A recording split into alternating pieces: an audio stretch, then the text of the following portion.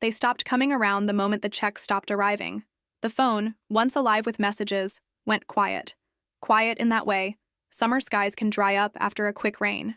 That was when I finally understood. Affection should never depend on a bank transfer.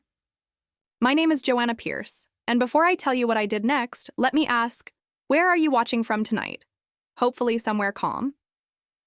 This story, my story, is best heard without noise. I used to believe family was unbreakable.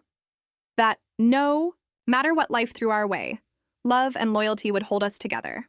But time has a talent for showing who cares for your heart and who cares for your wallet. I taught school for 38 years, a modest income, a simple routine. When my husband Robert passed, his pension gave me a small cushion. Enough to help the kids, see a few places, maybe finally fix the kitchen cabinets we always talked about. I thought it was a blessing. I didn't realize it would become bait. The first year after Robert's passing, my house felt full again. My son Ethan showed up every Sunday. My daughter-in-law Laura would bring a casserole, cool but polite. My daughter Anna arrived with her children, and their laughter filled the rooms like it used to. I told myself, this is what family looks like. But slowly, the visits began to feel like transactions. Ethan's tone shifted. Mom, daycare is so expensive now. And the mortgage, the bank keeps calling, Laura added softly. I didn't hesitate. I wrote check after check. Holidays, birthdays, unexpected situations. It seemed like the ink on my generosity never dried. I thought I was helping. I thought I mattered. But in truth, I was just useful. Then came one winter when everything fell silent. No calls, no visits, not even an empty dish returned to my doorstep. Weeks passed. I convinced myself they were busy. Spring arrived, but the silence stayed, and then the bank called. Mrs. Pierce, we've noticed unusual activity on your debit card. Withdrawals in another city. Do you recognize any of this? I didn't. When I looked at my statement, my chest went cold. Hundreds here, thousands there, transfers I never made, some with Ethan's name buried in the notes. I stared at the paper until the words blurred. The part of me that spent decades teaching children to tell the truth knew this wasn't a mix-up. That night, I sat by the window, watching streetlights flicker against the quiet. Once comforting, the stillness felt harsh. The truth was simple. My children's affection had an expiration date, the moment my money thinned out. It was a hurt I can hardly describe. To raise a son with everything I had, only to realize he saw me as a card number with a pulse. I didn't shout. I didn't storm in demanding answers. I just sat there whispering Robert's name into an empty room. The next morning, I slipped on my old gray coat and drove to Ethan's home. 2 cars in the driveway, one of them brand new. Laura opened the door, surprised but not pleased. The house was warm, the TV laughing somewhere in the background. Ethan came downstairs with a mug in hand, as if I had interrupted a meeting. I placed a folder of bank statements on the coffee table. You tell me. He scanned them, then looked away. Mom, it's not what you think. Really? Because the new car looks quite urgent. And so did that weekend in Vegas. Laura folded her arms. You're exaggerating. You're not struggling. Families help each other. Yes, I said quietly. But families don't take what isn't offered. Ethan paled. He tried explaining, smoothing things over, but I had heard enough. No more checks, Ethan. No more loans. If any love remains between us, it shouldn't depend on my balance. Laura let out the smallest laugh, the kind that tells you more than words ever could. When I walked out, Ethan called after me. Mom, you're tired. You just need rest. No, Ethan, I need respect. And I've paid more than enough for it. That evening, I went to St. Luke's Church, where I met Father Michael, a young man with tired eyes and a steady voice. I managed to whisper, I think my children care more about my money than me. He gave a sad smile. Then you've been giving in the wrong currency. Something shifted inside me. The next morning, I opened my online account. The balance was painfully small, but for the first time, I wasn't afraid. I finally understood. Money can disappear, but peace must be reclaimed. I called my attorney, Amelia Grant. When I sat across from her, I said, I want to separate every financial tie with my children, close the accounts, rewrite my will, and I want the rest donated. Her pen stopped. All of it? All of it. We spent hours going through documents. Each signature felt like shedding another weight I'd carried too long. Later that night, I brought a small velvet box to the church, the diamond pendant Robert gave me on our 25th anniversary. I asked that it go to the Children's Fund. Back home, I wrote 3 short letters to Ethan, Laura, and Anna. You've taught me a difficult truth. Giving without gratitude becomes a kind of servitude. I'm freeing us all from that now. What you once expected from me will now go to those who never asked for anything. I hope you find peace. I already have. Mom. The next morning, I mailed the letters, left my house key on the counter, and stood in the doorway one last time. The home that had held joy, grief, and decades of memories now held only echoes. I stepped outside without turning back. Cool air, a sky brushed with pink and gold, and inside me, something I had not felt since Robert left this world. Freedom. I took a taxi to the airport. No farewells, no dramatic exit, just me, a single suitcase, and a one-way ticket to a small coastal town called Cascadia Bay, a place where they say no one is forgotten, and that is where I decided to begin again.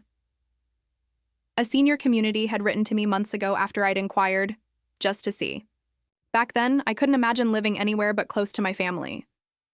But that word, family, no longer meant what it used to. When the plane lifted off, I watched the city shrink to pinpricks of light and then disappear. It didn't feel like running away. It felt like returning to something I'd misplaced, myself. My first morning in Cascadia Bay smelled like salt and fresh coffee. The air was warm, the kind that brushes your skin instead of biting it. The community wasn't the sterile place I'd pictured. It felt alive.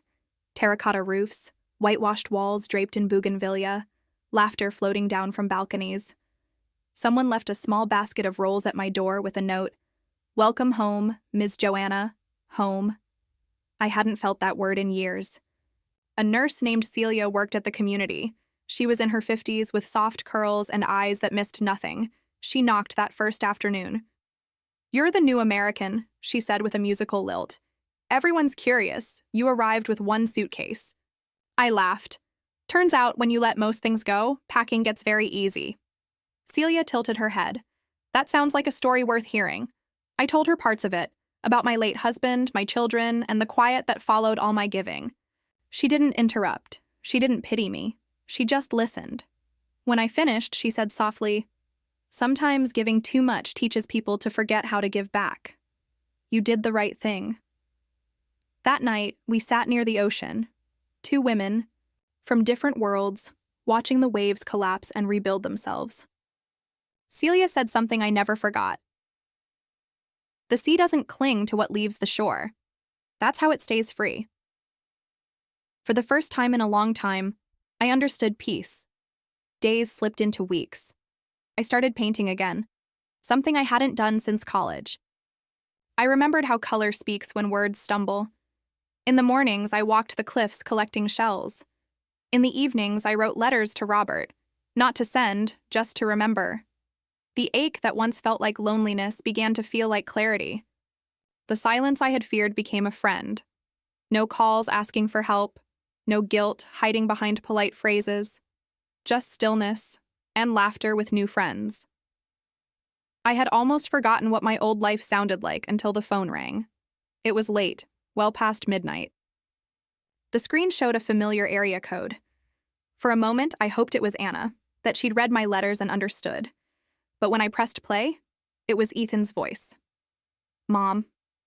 A pause, strained, shaking. "Please call us back. It's urgent." I froze. The tone wasn't angry anymore. It was desperate. I heard someone crying softly in the background, maybe Laura. Ethan mentioned trouble with the business, that funding disappeared, that they missed me, that they needed help. Then the message ended. I sat there with the phone in my hand, staring out at the quiet sea. The waves kept their rhythm. Inside me, a storm began again. They had finally reached out. But not because they missed me. They missed what I used to provide. The next morning, I let the gray light fill the room and made tea I didn't drink. I thought about how easily love can sound like panic when it speaks through need. I remembered the tuition Ethan promised to repay and never did, the Christmas when Laura's card said, "We couldn't have done it without you." The visits that ended with an envelope, or "just until next month." One memory after another came like tides. Somewhere in that tide, I realized they weren't cruel, just entitled. And I had helped build that entitlement, one misplaced kindness at a time. Later, Celia knocked with a basket of oranges. "You didn't come to breakfast," she said gently. "Are you all right?" I told her everything, the voicemail, the old guilt rising. She listened, peeling an orange slowly. "In my country," she said, "we say a mother's hands are made to give, but her heart must learn to rest." I smiled. "And when it doesn't?" Then she keeps filling plates that never learn to say thank you. That evening, the sky opened, rain drumming on the terrace like memory. I took out my journal and wrote, not to Ethan, but to myself. "You have done enough, Joanna. You gave until giving hurt more than silence. You cannot rescue those who confuse your love with a limitless account. You can only save the woman who forgot how to say no." When I put the pen down, I felt lighter. I poured a mug of herbal tea and opened the windows to the smell of rain. The phone buzzed again, another voicemail, this time from Laura. "Joanna, it's me. I know Ethan crossed lines. We all did. But please, we're sinking. You've always been the strong one. You can fix this like you always do." I almost laughed. That one sentence summarized my whole motherhood. They didn't want me. They wanted my ability to fix what they broke. My wisdom was currency. My care was leverage. The next morning, the world smelled newly washed. I made my bed, combed my hair, and put on the soft blue sweater Robert loved. He used to say it made my eyes look calm as water. Then I wrote a letter. Not to beg, not to scold, just to say a proper goodbye. "Dear Ethan, I heard your message. I'm sorry this season is hard, but I can't be the solution anymore. For years, I mistook comfort for closeness. I see now that comfort without consequence grows dependency, not care. I hope you find strength in the struggle. My chapter in your story is finished. I am safe and I am at peace. One day, I hope you'll understand that peace can't be borrowed. It has to be earned. Love, Mom." I sealed the envelope, then set it aside. Some truths are meant to be written, not delivered. That night, our community gathered for a small birthday celebration. String lights in the olive trees, a soft guitar, easy laughter. Standing among people who asked nothing of me, I raised my glass. "To peace," I said. Celia touched her glass to mine. "And to never answering the wrong calls again." Later, in bed, I played Ethan's message one last time. This time I didn't feel pain. I felt distance, a wide, steady ocean between who I had been and who I was becoming. "I forgive you. Ethan," I whispered into the dark. "But I'm not coming back." The sea answered in a low hush as if it approved. For the first time in my life, I didn't feel responsible for anyone else's storm, only for my own calm. The days after were quiet, not empty. Each morning the sea greeted me, steady and forgiving. Gulls circled lazily. Fishermen called across the water like small, honest prayers. I'd watch them work the nets, patient, sure, and think, that's what healing looks like. No rush, no audience, just persistence. I walked barefoot on the sand, painted until my wrists ached, and began writing stories again. Stories about becoming, not breaking. At 72, I finally learned that starting over doesn't erase what came before. It honors it, and then chooses differently. Celia noticed before I did. "You're lighter," she said as we sat outside the harbor cafe. "Like someone just took a heavy bag off your shoulders." "I suppose I realized I was the one carrying it," I said. She chuckled. "Some call it freedom. Others call it growing up. For me," I said, stirring my coffee, "it's called peace." The community started to feel like family. Only this time, no one asked what I could give. They wanted my company, my laughter, my stories. On Wednesdays, I taught English to local children. Fridays, I joined the art class. Soon, the hallways bloomed with color. Landscapes, seascapes, faces that finally looked alive again.